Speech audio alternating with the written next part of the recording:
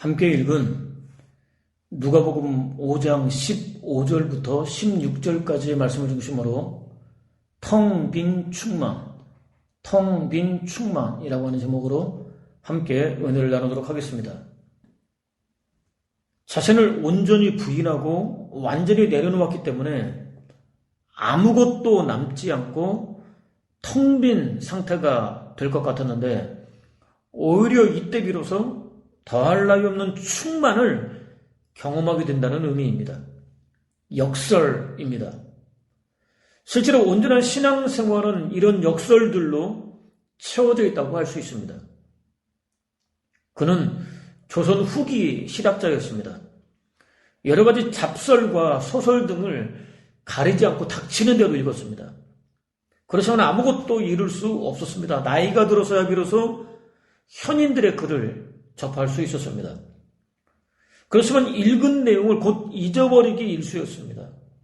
이유가 무엇인지 곰곰이 생각해 봤습니다. 먼저 읽은 잡다한 지식들이 이미 마음에 자리를 잡고 있다 보니 나중에서야 읽은 현인들의 글이 들어갈 틈이 없었다는 사실을 깨달았습니다.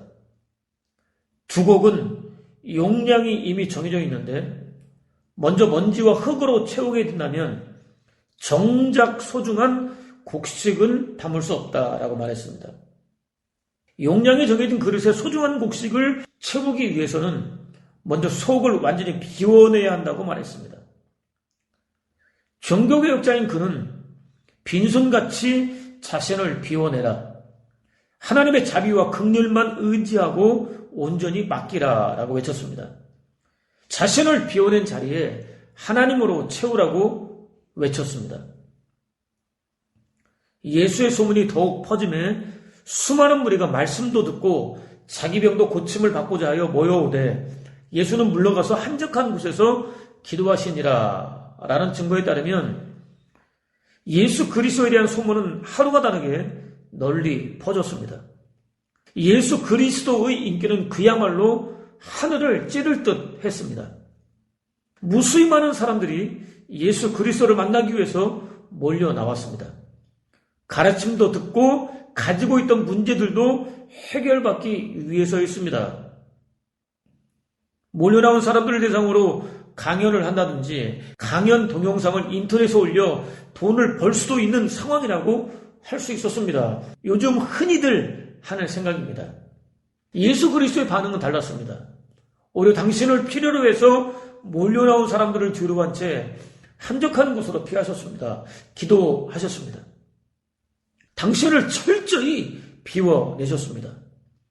당신을 비워낸 자리에는 허물과 죄로 죽은 인류 구원을 위해 당신을 거룩한 희생제물로 내려오신 하나님의 뜻을 채우셨습니다. 당신의 힘의 근원이 되시는 하나님을 채우셨습니다. 텅 빈 충만을 누리셨습니다. 당신에게 주어진 외롭고 고독한 사명의 길을 묵묵히 걸어갈 수 있으셨습니다. 그렇습니다. 자신을 철저히 비워내야 합니다. 비우고 또 비워내야 합니다. 끊임없이 비우고 또 비워내야 합니다. 자신을 영원한 죽음으로 몰아붙이는 병든 나를 비워내야 합니다. 그때 비로소 저와 여러분의 본질이 되시는 하나님으로 충만해질 수 있습니다. 이제까지와는 전혀 다른 존재로 거듭날 수 있습니다. 이 백성은 내가 나를 위하여 지었나니 나를 찬송하게 하려 함이니라 라는 증거대로 오직 하나님 한 분만 받으시기에 합당한 영광을 돌려드릴 수 있습니다. 나를 철저히 비워냈기 때문에 아무것도 남지 않고 텅 빌 것 같았는데 그래서 비워내기를 망설일 때가 많았었는데 실제로는 더할 나위 없이 충만해질 수 있습니다. 신앙생활의 궁극적 목적인 영원한 구원과 생명과 하나님 나라를 누릴 수 있습니다. 존재 목적에 합당한 복된 삶을 살 수 있습니다. 텅 빈 충만이라는 신비를 경험하는 복된 삶을 살 수 있습니다. 그렇다면 오늘 저와 여러분은 과연 어떻습니까?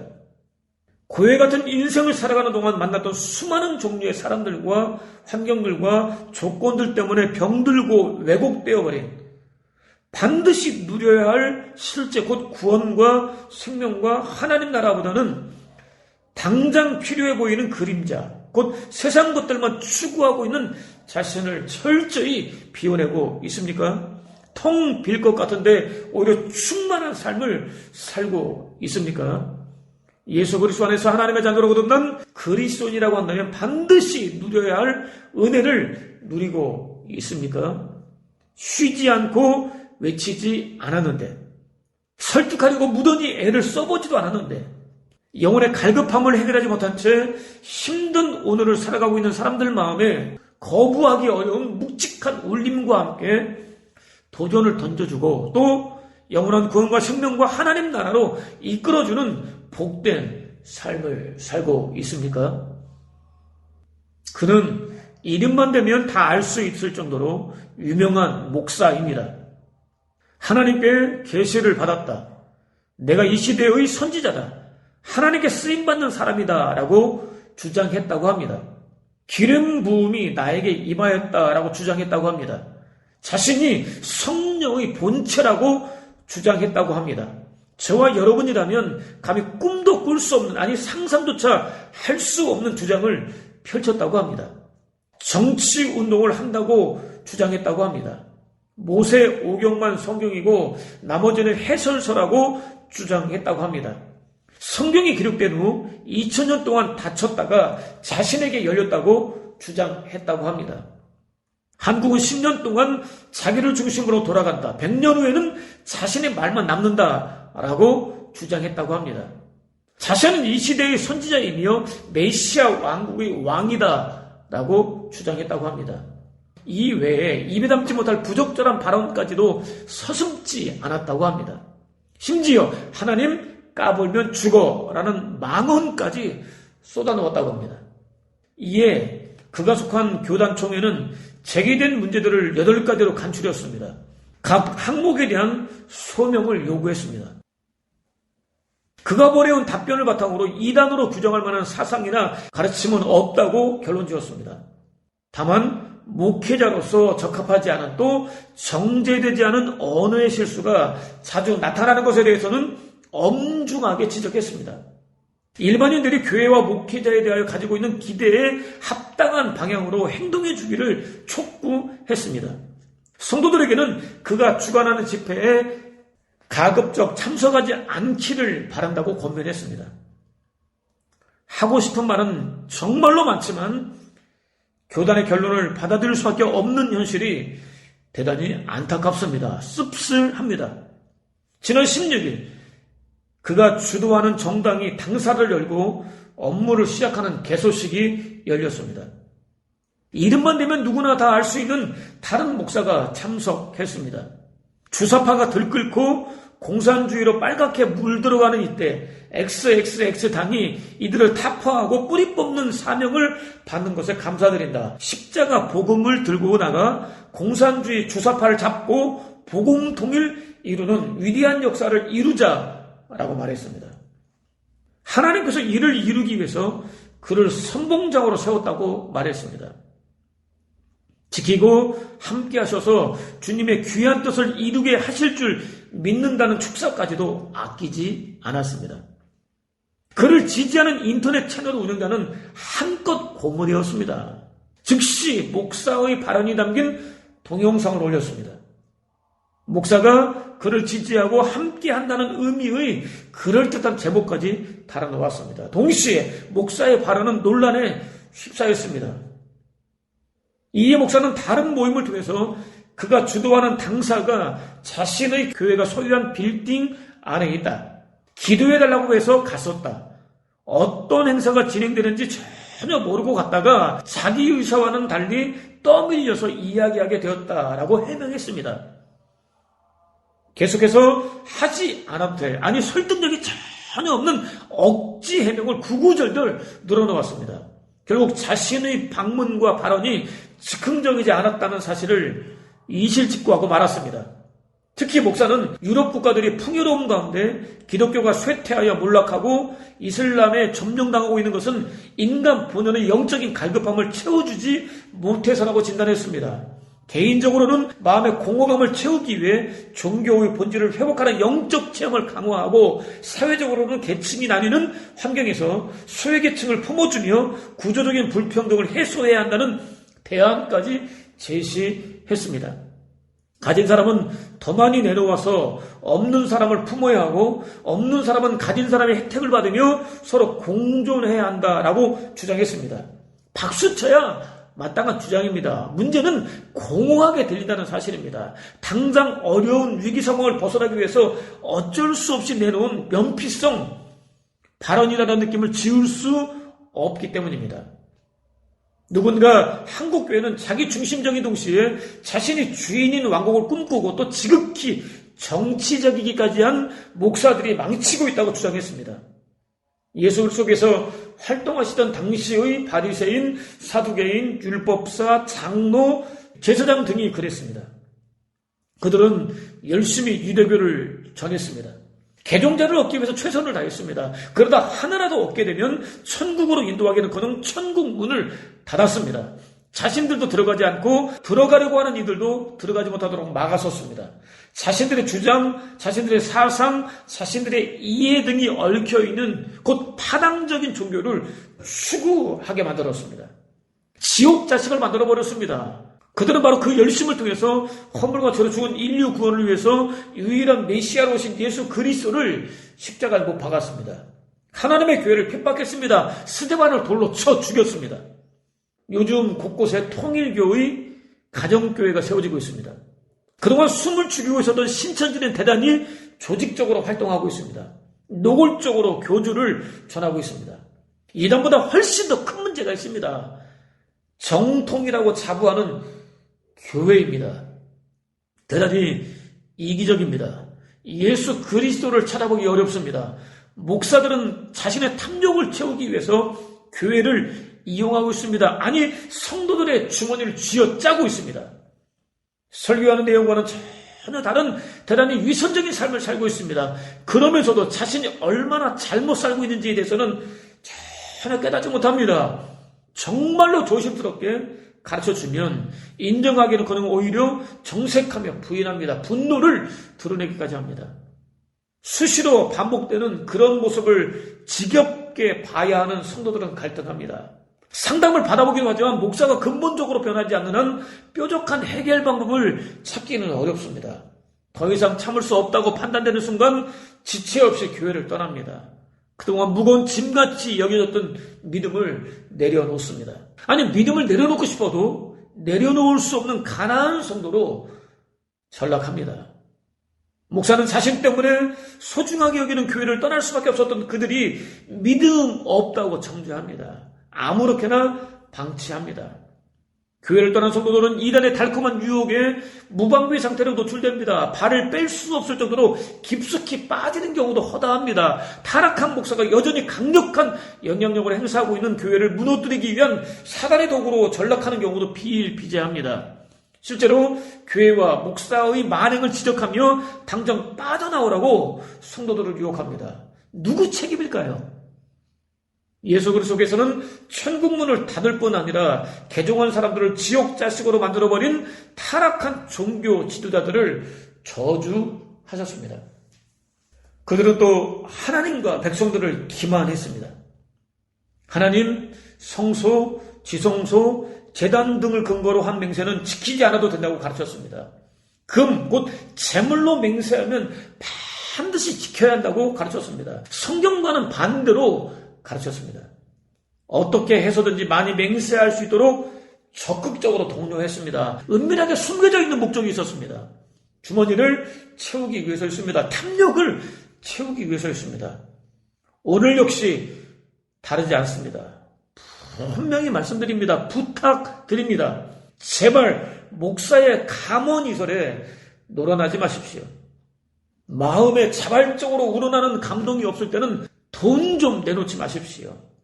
목사는 좋은 차를 타야 한다고 말하지 마십시오. 좋은 옷을 입어야 하고 좋은 음식을 먹어야 하고 높은 자리에 앉아야 한다고 말하지 마십시오. 제발 목사의 궤변에 놀아나지 말고 눈을 좀 뜨십시오. 제발 좀 이성적으로 생각해 주십시오. 이렇게까지 직설적으로 말할 수밖에 없는 가슴 아프고 눈물 나는 현실을 제발 좀 직시해 주십시오. 예수 그리스도께서는 하나님은 물론 백성을 기만하는 타락한 종교 지도자들을 저주하셨습니다.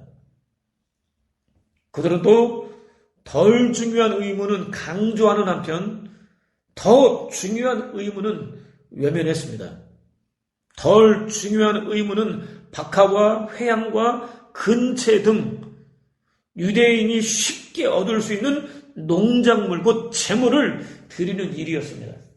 그들은 재물 가운데 11조를 유난히 강조했습니다. 사실 11조의 근본 취지는 두 가지입니다. 하나는 소유에 대한 하나님의 주권 인정입니다. 또 하나는 구제 곧 이웃사랑과 성전 운영입니다. 11조 제도는 지극히 선한 목적으로 제정되었습니다. 그들은 유대인이라고 한다면 반드시 11조를 내야 한다고 가르쳤습니다. 문제는 그들이 그렇게 가르치는 배경에 사악한 탐욕이 자리 잡고 있었다는 사실입니다. 현재도 오늘날도 마찬가지입니다. 11조를 믿음의 척도로 여깁니다. 반드시 의무적으로 내야 한다고 가르치고 있습니다. 재직을 세우기 위한 자료로 활용하고 있습니다. 그렇지만 11조는 믿음의 척도가 아닙니다. 의무도 아닙니다. 재직을 선발하기 위해서 살펴볼 근거도 아닙니다. 마음에 자발적으로 우러나면 드리면 됩니다. 우러나지 않으면 드리지 않아도 무방합니다. 물론 저는 11조를 드리고 있습니다. 교회 운영을 위해서는 꼭 필요하기 때문입니다. 그렇다고 성도들에게 11조를 내야 한다고 가르치고 있지는 않습니다. 한편 예수 그리스도께서는 제물을 드리는 것보다 훨씬 더 중요한 일이 있다고 가르쳐 주셨습니다. 더 중요한 바는 더 어렵고 힘든 일이라기보다는 지엽적이거나 사소한 일과는 대조되는 더 중심적이고 더 결정적인 일 또는 반드시 지켜야 하는 더 중요한 일을 가리킵니다. 의입니다. 대사회적인 책임입니다. 하나님께서 허락해 주신 나라와 민족에 대한 책임입니다. 하나님께서 허락해 주신 이웃에 대한 책임입니다. 하나님께서 허락해 주신 남편에 대한 책임입니다. 하나님께서 허락해 주신 아내에 대한 책임입니다. 하나님께서 허락해 주신 부모에 대한 책임입니다. 하나님께서 허락해 주신 자녀에 대한 책임입니다. 하나님께서 허락해 주신 불신자들에 대한 책임입니다. 하나님께서 허락해 주신 없는 자, 소외된 자, 불쌍한 자, 필요가 있지만 필요를 채우지 못하는 자, 그럴 능력이 없는 자들에 대한 책임입니다. 인입니다. 과부, 고아, 이방인, 나그네 등 사회적으로 소외되거나 불쌍한 처지에 놓여있는 사람들에게 적극적으로 베풀어 주어야 하는 긍휼을 가리킵니다. 신입니다. 약속이나 믿음과 관련해서 신뢰할 수 있는 진실한 삶을 가리킵니다. 의, 인, 신은 하나같이 신앙의 본질입니다. 재물을 드리는 것보다 훨씬 중요합니다. 그럼에도 외면합니다. 건물을 더 중요하게 생각합니다. 숫자를 더 중요하게 생각합니다. 11조를 바치라고 강요합니다. 다른 것은 필요 없으니까 돈만 내놓으라고 외칩니다. 선지자는 너희는 이것이 여호와의 성전이라 여호와의 성전이라 여호와의 성전이라 하는 거짓말을 믿지 말라라고 외쳤습니다. 그렇습니다. 벽돌을 높이 쌓은 건물은 아무리 화려하고 웅장하고 거대해도 성전이 아닙니다. 인간의 탐욕을 채우는 수단으로 전락한 건물은 더 이상 성전이 아닙니다. 아니, 성전이 될 수 없습니다.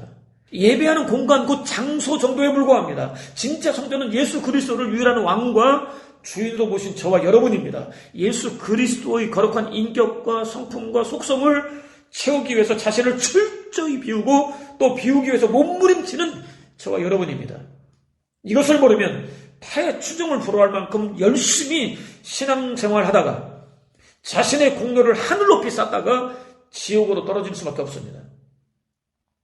예수 그리스도께서도 훨씬 더 중요한 의무는 완전히 외면한 채 오히려 상대적으로 덜 중요한 의무에는 완전히 매몰되어 있었던 타락한 종교 지도자들을 저주하셨습니다. 그들은 또 속과 겉이 달랐습니다. 모든 백성이 들을 때 예수께서 그 제자들에게 이르시되 긴 옷을 입고 다니는 것을 원하며 시장에서 문안받는 것과 회당의 높은 자리와 잔치의 윗자리를 좋아하는 서기관들을 삼가라. 그들은 과부의 가산을 삼키며 외식으로 길게 기도하니 그들이 더 엄중한 심판을 받으리라 하시니라. 라는 증거에 따르면 그들은 누구나 자신들을 볼 수 있도록 긴 옷을 입고 다녔습니다. 시끄러운 시장에서도 인사받기를 좋아했습니다. 회당의 높은 자리와 잔치집의 윗자리를 독차지했습니다. 곧 하나님 자리에 앉았습니다. 목사는 예수 그리스도를 전하는 소리에 불과합니다. 예수 그리스도만 드러내면 됩니다. 이제까지 어떤 일을 해왔고 오늘 어떤 일을 하고 있고 이후로 어떤 일을 할 수 있다면 그렇게 이끌어주고 계시는 하나님께 영광을 돌려야 마땅합니다. 그것이 맞습니다. 현실은 다릅니다. 목사가 하나님입니다. 당연하게 여깁니다. 극진하게 대우해주지 않으면 화를 냅니다. 예수 그리스도께서 활동할 당시나 현재나 하나도 다르지 않습니다. 그들은 또 탐욕에 사로잡혔습니다. 도와주어도 모자랄 가난한 과부의 가산을 삼킬 정도였습니다. 절대 다수의 목회자들은 생계를 꾸리기 위해서 주중에는 일을 해야 할 정도로 가난합니다. 소수는 다릅니다. 천문학적인 연봉을 받습니다. 지방에 내려왔음에도 불구하고 본 교회라고 부르는 곳에 소속되기를 간절하게 바라는 이유입니다. 하늘을 찌르는 탐욕을 버리지 못하는 이유입니다. 연봉을 확보하기 위해서 하나님을 팝니다. 부어주지도 못할 축복을 팝니다. 성도들을 쥐어짜고 또 쥐어짭니다. 오래전 성도들은 먹고 죽고 싶어도 없다고 말해도 계속 쥐어짜다 보면 반드시 내놓게 되어 있다고 말하던 목사의 말은 부인할 수 없는 현실입니다. 그렇지 않아도 힘든 하루하루를 살아내고 있는 성도들을 더욱 힘들게 만들고 있습니다. 그들은 또 기도할 때는 길게 했습니다. 구제할 때는 북을 쳤습니다. 금식할 때는 흉한 몰골로 돌아다녔습니다. 실제로는 회칠한 무덤 같은 자신을 아름답고 화려하게 꾸몄습니다. 사람들에게 보이기 위해서였습니다. 사람들에게 인정받기 위해서였습니다. 제사장은 강도를 만나 죽기 직전까지 맞고 피까지 흘리며 쓰러져 있었던 사람을 외면했습니다. 레위인도 마찬가지였습니다. 도와주기는커녕 반대편 길로 피하여 지나갔습니다. 사람들이 지켜보고 있었다면 분명 달랐을 것입니다. 누가 뭐라고 하지 않았어도 스스로 달려들어서 도와주었을 것입니다. 그러나 그들은 그렇게 하지 않았습니다. 물론 강도 때를 만나게 될 수도 있다는 두려움에 사로잡혔을 수는 있습니다. 강도 만난 사람이 이미 죽었다고 판단했을 수도 있습니다. 시체를 만져서 자신을 더럽히지 말라는 율법을 생각했을 수도 있습니다. 그러나 그들은 강도 만난 사람을 발견한 즉시 고개를 돌렸습니다. 생사 여부를 확인하려는 최소한의 노력조차 보여주지 않았습니다. 긴박하고 절실한 도움이 필요한 사람에게 어떤 도움도 베풀어주지 않았습니다. 자비와 긍휼을 베풀어주지도 않았습니다. 주어진 의인 신에 대한 책임을 다하지도 않았습니다. 그것이 그들의 평소 모습이었습니다. 화려하게 꾸민 겉모습에 가려있던 진짜 모습이었습니다. 한 사람의 자연인으로서도 백성들에게 봉사할 직무를 맡고 있는 종교 지도자로서도 결코 용납될 수 없는 모습이었습니다. 사마리아 여인은 달랐습니다. 상황은 조금도 달라지지 않았습니다. 종교 지도자들과 똑같은 감정을 느낄 수 있었습니다. 그렇지만 그는 강도 만난 사람을 발견한 즉시 말에서 내렸습니다. 자신이 할 수 있는 최선을 다해서 치료해 주었습니다. 주막으로 데려갔습니다. 밤새도록 간호해 주었습니다. 나를 받자 주막 주인에게 맡기며 비용이 더 들게 되면 돌아오는 길에 갚겠다고 말해 놓았습니다. 누가 맡기지 않은 일이었지만 하지 않아도 될 일이었지만 끝까지 책임졌습니다. 시간과 물질과 자기 자신을 기꺼이 희생했습니다. 그것이 그의 평소 모습이었습니다. 그의 진짜 모습이었습니다. 예수 그리스도께서는 화려해 보이는 겉과는 달리 속이 썩을 대로 썩어있던 타락한 종교 지도자들을 저주하셨습니다.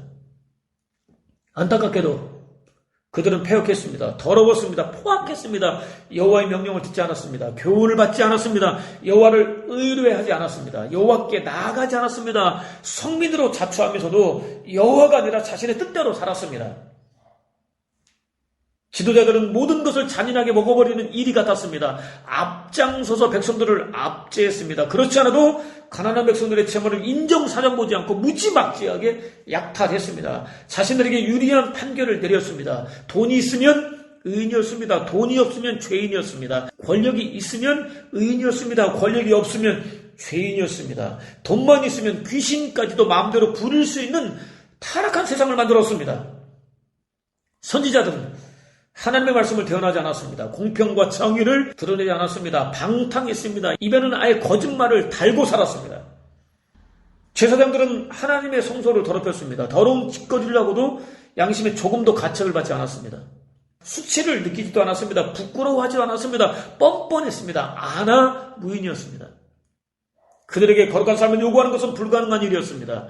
마치 나무 위로 올라가서 바다에서나 잡을 수 있는 물고기를 구하는 것이나 마찬가지였습니다.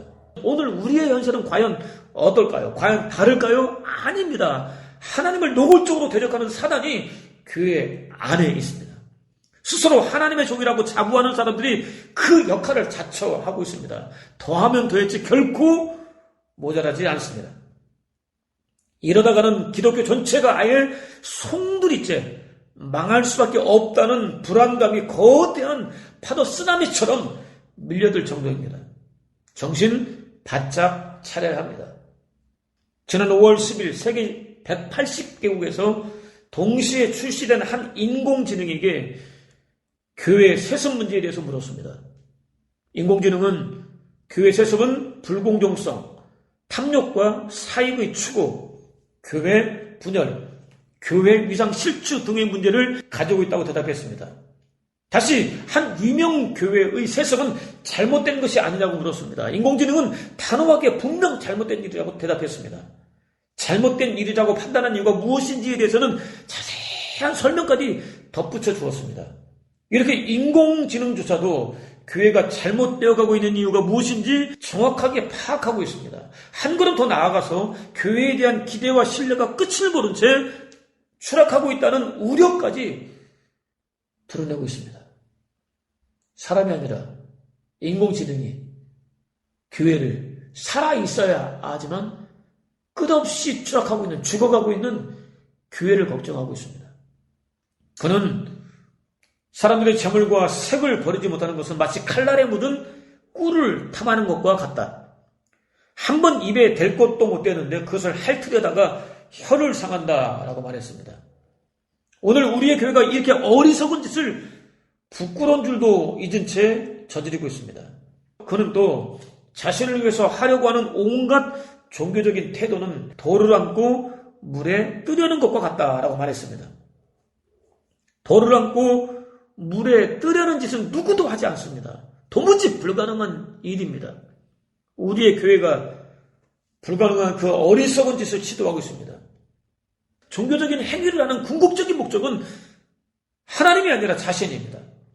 놀랍게도 하나님을 향해서 까불지 말라는 망언을 쏟아놓은 어떤 목사나 그런 그를 지지하고 축사까지 한 목사나 예수 그리스도를 십자가에 못 박아 죽이기 위해서 부끄러운 짓까지도 마다하지 않았던 타락한 종교 지도자들의 문제는 똑같습니다. 포기할 수 없을 정도로 너무 많이 가졌습니다. 너무 많이 누렸습니다. 하나님 없이는 빈 껍데기에 불과한 무와 공과 허무로 돌아갈 수밖에 없는 자기 자신으로 충만합니다. 성도들은 고사하고 하나님마저도 자신들의 탐욕을 채우는 수단과 도구 정도로 부리려고 합니다. 저러다가 아주 버림을 받을 수도 있겠다는 생각을 도저히 떨쳐버릴 수 없습니다. 기도원 강사가 매 시간마다 자신에게 부어진 하나님의 능력을 경험하고 싶다면, 응답받고 싶다면, 문제를 해결하고 싶다면 먼저 복채를 내놓으라고 외치는 소리를 들으면서 그들이 떠올랐습니다. 목사로서 참혹했습니다. 비참했습니다. 누구도 저를 목사로 알아보고 바라보거나 손가락질하며 정죄하지 않았지만 너무나 부끄러웠습니다. 할 말이 없었습니다. 도저히 고개를 들 수 없었습니다. 저절로 통곡이 이어졌습니다. 자신을 비우고 또 비워낼 수 있는 은혜를 구하십시오. 자신을 비워낸 자리에 하나님으로 채울 수 있는 은혜를 구하십시오. 그것을 통해서 텅 빈 충만이라는 신비를 경험하는 복된 삶. 허상에 불과한 세상 것이 아니라 하나님 한 분만으로도 얼마든지 만족할 수 있는 복된 삶. 무엇보다 교회에 대하여 어떤 기대도 하지 않는 영혼들을 깨우는 복된 삶. 반드시 받아 누려야 할 진정한 축복인 영원한 구원과 생명과 하나님 나라로 그들을 이끌어주는 복된 삶을 사는 저와 여러분 되시기를 주님의 이름으로 축원을 드립니다.